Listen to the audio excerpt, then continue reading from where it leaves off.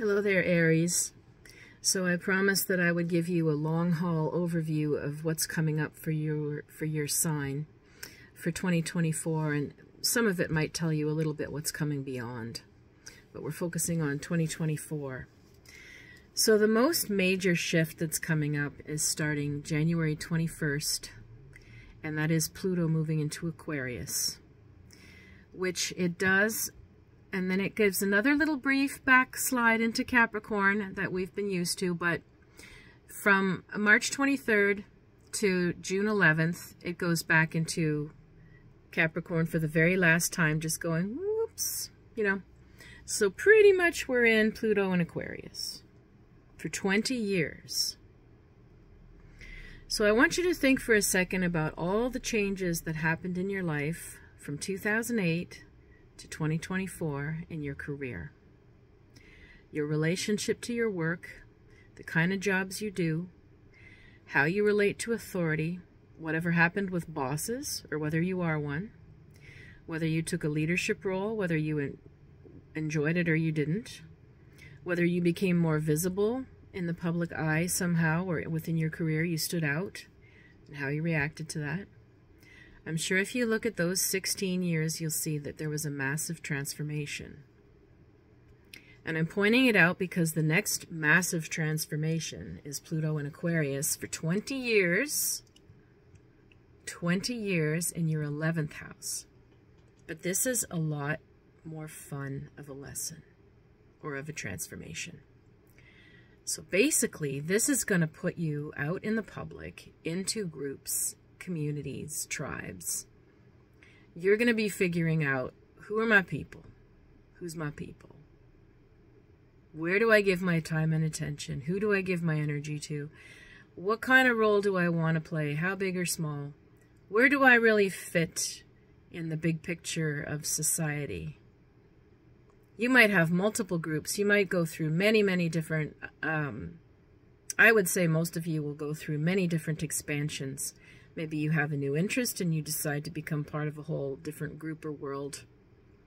Maybe you decide to do volunteer work. Maybe you find that you've got different sets of friends and they're different. You know, you're searching to find who your people are. And the lessons learned are all about, how do I maintain my individuality and still be part of a group, part of a collective. So it's sort of an exciting new chapter, exciting new lessons. Because you're going to meet so many people. Life's going to expand, expand, expand. So if you are a community builder type person, what an excellent time to start. You know, if you like networking, if you're ready to get out there and experiment with new interests and meet different kind of people than you've ever met, open your mind, what a better time. It's a great time for that. So then working backwards as far as like the longest influence planets, you're already in the middle of this transit and you've got another couple of years to go. And that is Neptune is in Pisces. Neptune can stay in a sign for 11, 12 years, sometimes 14 years. So you've already gone through the bulk of this transit of Neptune and Pisces, which is means Neptune is in your 12th house. The 12th house is where everything is sort of buried and stored, like the subconscious. So Neptune there is already sort of foggy, murky, inspired, confusing, existential, creative. So you might have just been feeling like you're having weird dreams. You're meeting stranger people. You're a little more open, but also maybe not so sure about the meaning of life. What is there out there? Is there something? You might have a friend or two that are like confidants that you talk about existential or spiritual things with, or psychic things with, that you never did before. You might be secretly writing poetry and songs and you haven't told anyone yet. You could be meeting people who have very, you know, out there, or maybe even mentally not so well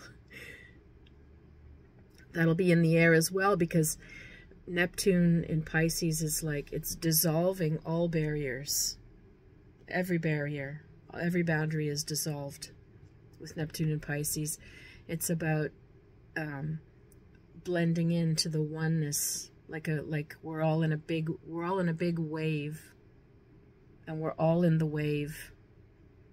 So who are you? Who are they? What separates me from others? What's real and what's not? That's why it's going to attract a lot of interesting and inspired moments and people, and it's also going to attract a lot of off balance, confused, not healthy, escapist people as well. And you're working through all that murkiness very much alone or in private, since it's the 12th house. So a lot of it gets played out unconsciously, like I said, in dreams, or people, you might have noticed, like, how come there's this weird pattern? All of a sudden there's these certain kind of experiences or people coming up to me all the time that never used to. What the heck is that? It all seems like a mystery or unconscious until you start to probe and take a look at some of your deeper beliefs and discern some of these experiences you're having. So it's probably been a bit of a tiring or confusing time to have Neptune and Pisces in your 12th house. Can also make some of you just want to retreat.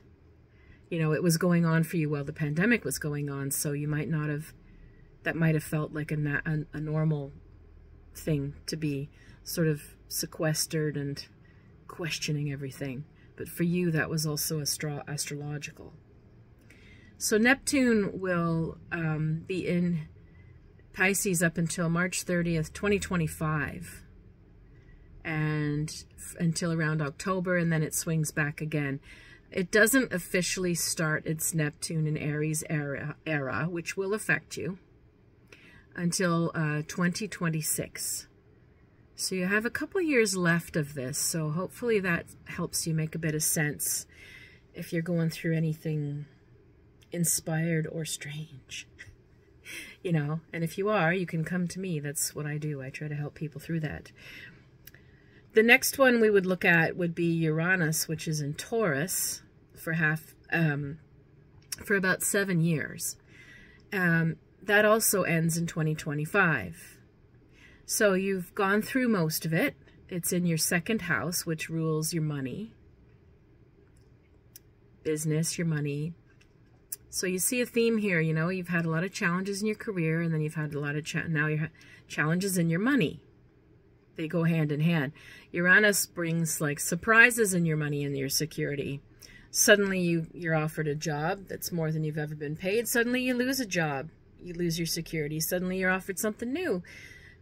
You know, it's been rock and roll with your money. But as I said, this chapter is ending for you in 2025.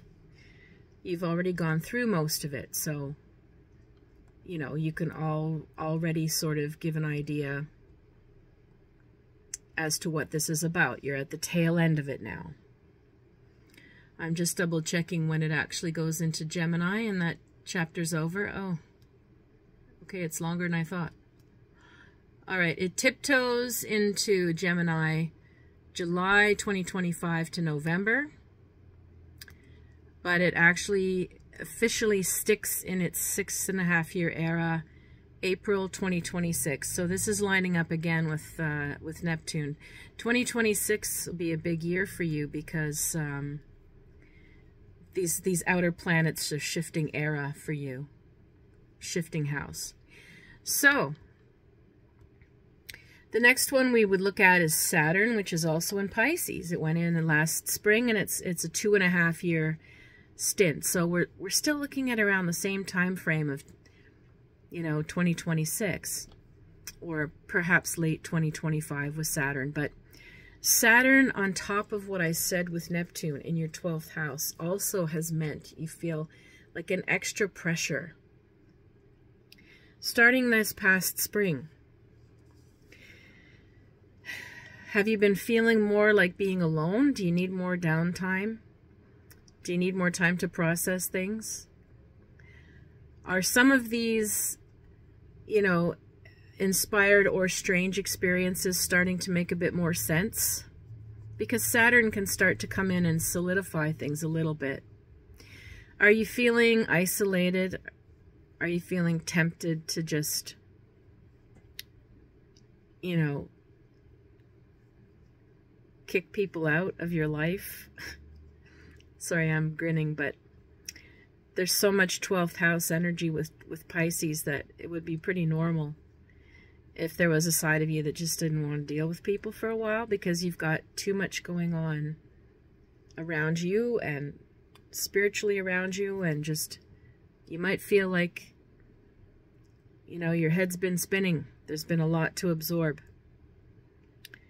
Now, the other thing with Saturn and Pisces for us all is this is a lesson about, again, that we are all one. Now, how do we learn lessons that we are all one?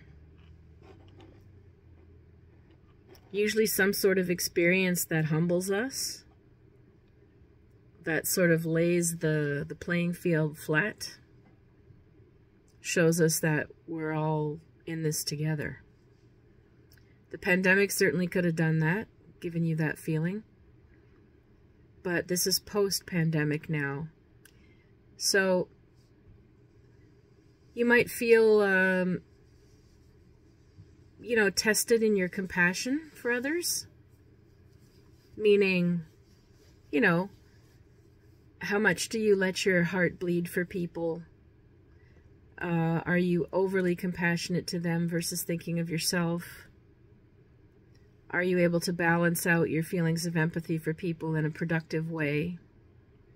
Hopefully you're not just so overwhelmed that you just go cold towards everything and everyone, because that would be, well, that's can be a normal reaction to having too much on your mind, too much going on with you.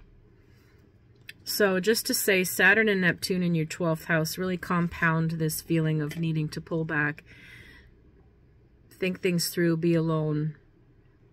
You know, your inner life is extremely activated, and your subconscious life is extremely activated and important. Now, the next and last one with our outer transits is an easier, happier one, which is Jupiter. Jupiter just gives us a boost of expansion of luck, of fortune for a year. And it's also going through Taurus. You see a theme here? You've got two things going through Pisces, two things going through Taurus. So Jupiter came along last year to give you a boost with your money house, with your work. But Uranus is there still. So what the heck? Well, again, you might be asked to suddenly do something in your work life or make some extra money, and it might have been something unusual because it's Uranus. It might be something that you never would have thought of before. It might be an offer. It might have been a quick gig. But there would have been a boost in your finances with Jupiter. Now that's still going on until halfway through the year. So you've got a few more months where Jupiter in Taurus is going to help you out with your finances and your work. So overall, if I were an Aries, looking at the big picture of my life, I would be focusing a lot on what is my belief system, what are my values, what do I truly believe about the world, because you're about to branch out and meet a lot of people and see where do I fit, and a lot of that will be based on, well, what do I believe, what do I value, who am I, what do I think is true of the world. Not like every group has to match, has to be religious or something. It's just that what you're looking for at the core is some existential kind of sense of who am I and what do I believe and why am I here. That will translate into the practical stuff like finding work that aligns, finding people that you like to be with and do projects with, and that will also align with finances be more solid. While you're in the midst of the search and the breakdown and the confusion, of course, it makes it harder to stick to anything. And it makes it harder to know where you're going. So your overall thing is really to be figuring out your values and who the heck you feel you are and where do you fit in this world. Chunky stuff, yeah, but that's what your astrology is saying in the big picture. If you want a more personalized reading, to take a look, because this is based on Aries as a sun sign. You're going to have it, this will be applicable to you if you have Aries as your rising sign. This can also be applicable to you if Aries is your moon sign. It's going to affect you similarly. Not in the same houses, but it's going to affect you. But if you want to look personally with your chart, then you can contact me at my website or below this video, river-rain.com. And I'd love to help you sort out your astrology. All right. Have a good year.